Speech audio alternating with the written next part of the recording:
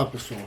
Estamos de volta aqui para dar continuidade àquela conversa que nós já começamos ontem, não é, sobre esta relação entre poder político, entre geopolítica, porque é um poder político pensado pelo viés das localizações dos seus elementos, dos seus fundamentos, e esta relação, portanto, entre poder e escola, entre geopolítica e escola. E no meio de tudo isso, o que nós recebemos aqui, uma pergunta, um comentário de um dos nossos companheiros aqui de jornada, que estavam levantando justamente a questão de se a escola vai desaparecer. Isto é, se as crianças, frente a uma crise como essa, por exemplo, que estamos vivendo no mundo atual, como a crise do coronavírus ou coisas desse tipo, questões associadas aí ao desenvolvimento da tecnologia, à disponibilidade de canais como esse do YouTube ou de plataformas que estão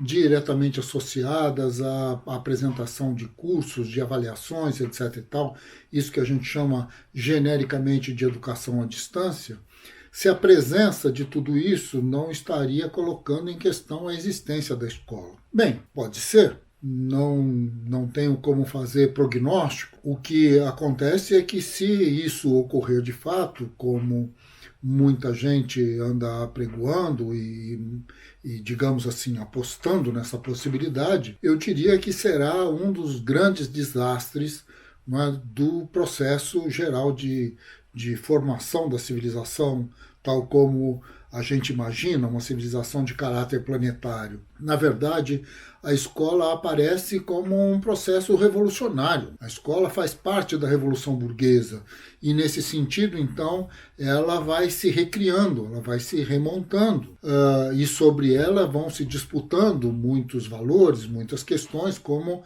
já vimos.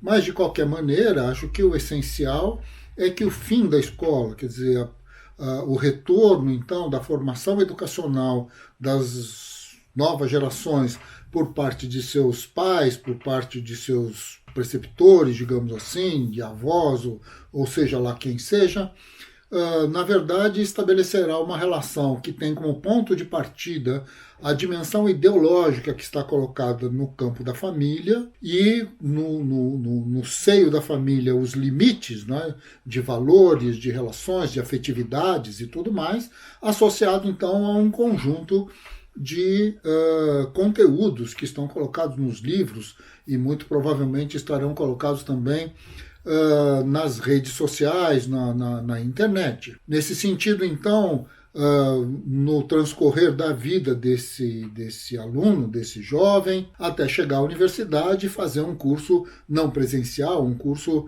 feito, então, por internet, por plataformas de avaliação e etc. e tal. Muito bem, o que é que falta nisso tudo, né? Quer dizer, acho que a gente poderia, num primeiro momento, dizer que falta o corredor da escola, não é? Que falta o pátio onde os jovens, as crianças vão fazer o seu intervalo, comer o seu lanche, encontrar com os outros, conversar sobre coisas. Obviamente que fala mal dos professores, ou talvez raramente bem, mas assim, de qualquer maneira, esta é a relação que permite, então, que estes meninos, essas meninas, saiam das suas casas e tenham um contato com outras pessoas, com outras culturas, com outras etnias, com outras cores de pele, com pessoas um pouco mais gordas, um pouco mais magras, um pouco mais altas, um pouco mais atléticas, um pouco menos. A grande questão é que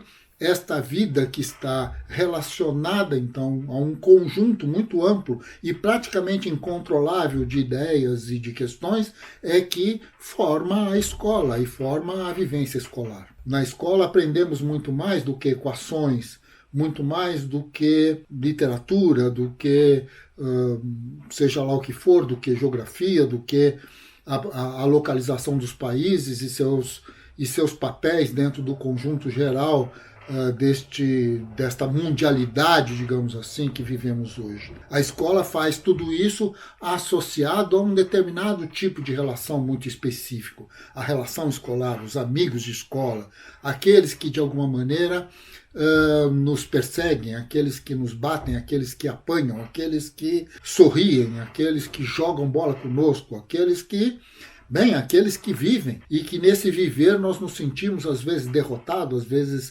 ganhadores, às vezes nos sentimos felizes, às vezes não. Às vezes esse processo escolar ele se coloca de uma forma tão distante para qualquer um de nós que nos sentimos realmente excluído.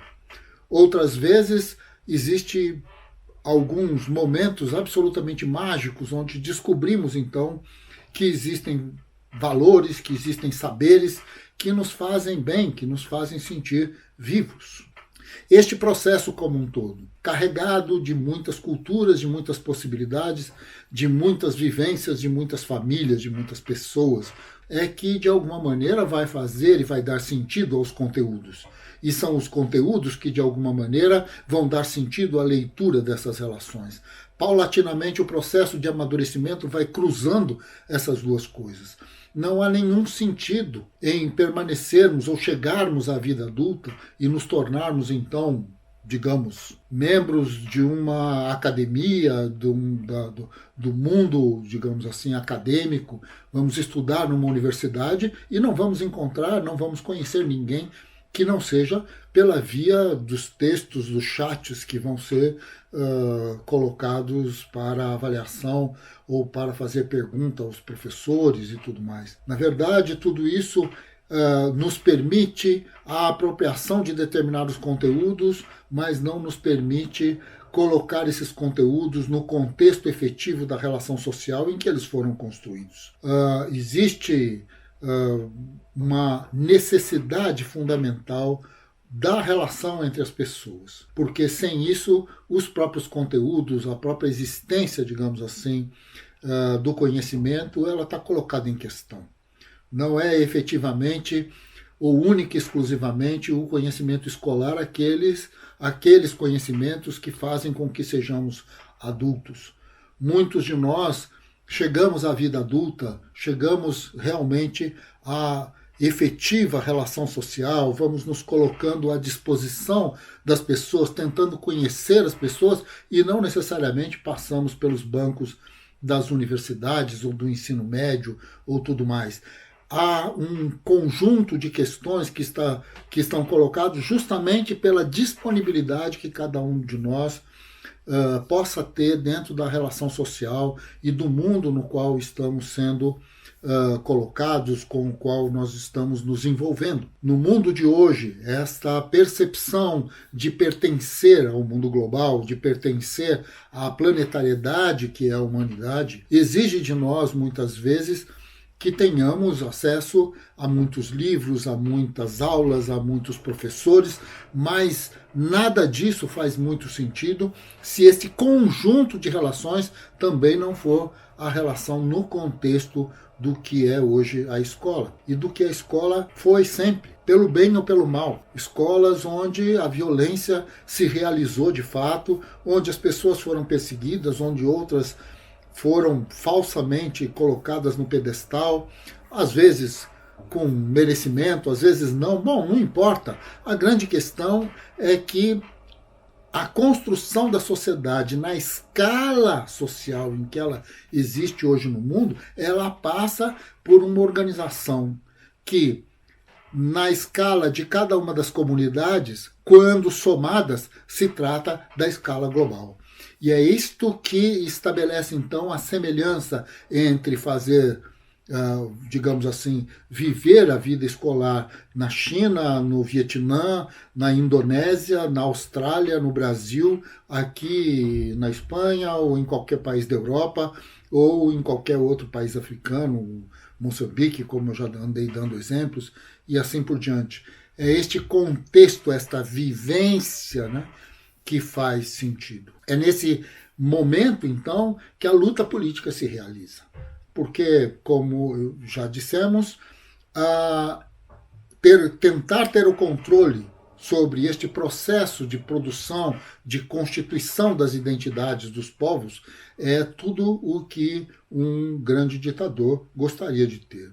Jamais terá. Nós, os professores, sabemos, temos vivência suficiente para saber que os nossos alunos, o que eles aprendem com as nossas aulas, não necessariamente é aquilo que dizemos. Muitas vezes, nem escutam o que estamos dizendo. De toda maneira, quando escutam com muita atenção, não sabemos o que é de forma clara e exata, não sabemos o que eles aprendem quando nós tentamos, de alguma maneira, ensinar o que sabemos. Até porque muito daquilo que nós já temos na nossa cabeça, que é a nossa experiência, também já não conseguimos mais identificar de onde tudo isso veio. Então, a nossa vida, a vida dos nossos alunos não é uma cópia, um espelho, um espelhamento daquilo que acontece na escola. A escola é a materialidade de um tipo de relação que nos permite, então, sair de uma escala pequena, reduzida, grupal, para uma escala planetária,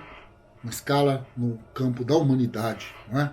É nesse sentido, então, que ela subverte as relações, é que ela tem importância e que ela deve ser defendida. Defendida por pais, defendida por professores, defendida por alunos, porque é isso que, de alguma forma, garante que não nos tornemos, então, pessoas isoladas, pessoas carregadas de conhecimento como um Fausto, carregadas de conhecimento, mas que precisam da companhia do demônio para poder saber o que é o mundo. É o conhecimento sem o mundo, e o conhecimento sem o mundo não tem poesia, não tem absolutamente nada. Não é? É uma coisa morta, uma coisa triste. Não é?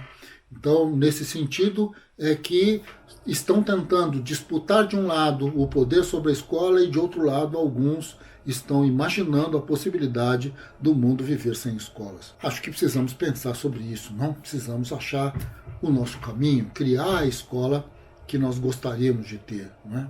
Uma escola com dança, uma escola com poesia, uma escola com equações, uma escola com estudos da física, do relevo, dos outros povos, das suas culturas, das suas histórias, de nós mesmos, das nossas histórias, dos nossos relevos. Precisamos de uma escola que nos ensine que, de alguma maneira, a água que sai da nossa torneira é a hidrografia da nossa cidade, que os prédios que constituem a cidade fazem parte do nosso relevo. Isto é, precisamos de uma escola que mostre o mundo tal qual a gente consiga percebê-lo e transforme o mundo da percepção no mundo do discurso, no mundo da apreensão, da reflexão, do entendimento. É essa escola que nós precisamos ir atrás. Ainda não a temos, mas precisamos lutar por ela. Destruí-la não vai fazer com que tenhamos melhores condições culturais de convivermos uns com os outros, alguns povos com outros povos e assim por diante. É necessário superar a condição em que nós estamos e não simplesmente fazer terra arrasada imaginando que isso seria a saída para qualquer coisa. Muito bem, meus amigos, estamos no final desse vídeo. Amanhã teremos outras questões a serem colocadas. Vamos aqui anunciar outros projetos que estamos iniciando agora e espero que vocês gostem, espero que de alguma maneira isso tudo amplie a nossa capacidade de reflexão, a nossa capacidade de dialogar, de construir, de ter ideias, perguntas e etc. e tal. Um abraço a todos, né? Até amanhã.